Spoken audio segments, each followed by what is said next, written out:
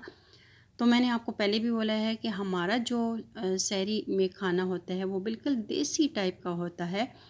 तो डेली तकरीबन ऐसा ही होता है यहाँ पे जी। फिर मैं सहरी से पहले की एक दुआ है, अगर आप लोग मुझे बोलेंगे तो मैं आप लोगों के साथ शेयर करूँगी।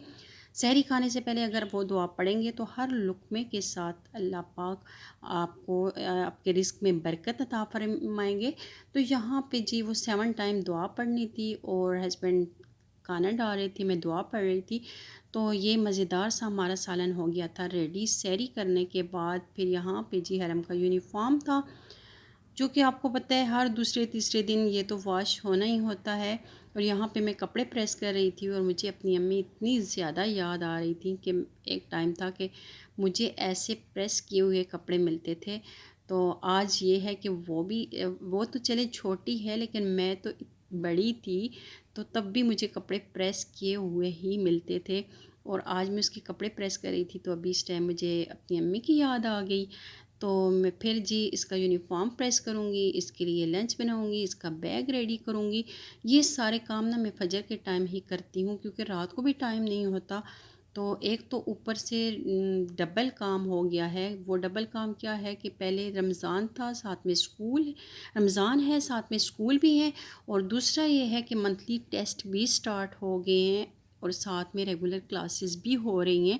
सारा बर्डन जो है एक साथ ही सर पे आ पड़ा है। तो बस अब अल्लाह पाक आसानी पैदा करें हर मदर के लिए। हर मदर के लिए ही मुश्किल है, मैं कोई न्यू नहीं हूँ। तो बच्चे तो स्कूल जा रहे हैं, मंथली टेस्ट हो रहे हैं, साथ में अफ्तारी सहरी सब कुछ चल रहा है। तो यहाँ पे जी मैं इसका बैग जो है टाइम टेबल के मुताबिक, जो उसकी क्लासेस होती हैं उसके मुताबिक उसकी बुक्स वगैरह डाल देती हूँ। फिर भी इतना हैवी उसका बैग हो जाता है, बुक्स होती भी बहुत ज़्यादा हैं। तो इधर जी उसका बन रहा है लंच। लंच में उसको मैं पराठा रोल दे रही हूँ। तो कभी मैं ऐसा होता है कि फ्रोज़न जो पराठे होते हैं उसमें रोल बना के दे देती हूँ, लेकिन कम देती हूँ। मैं प्रेफ़र करती हूँ कि घर का पराठा हो, बिल्कुल छोटा सा हो, लेकिन ऐसा हो कि घर का पराठा हो। आपको पता है गंदम की रोटी में ताकत होती है।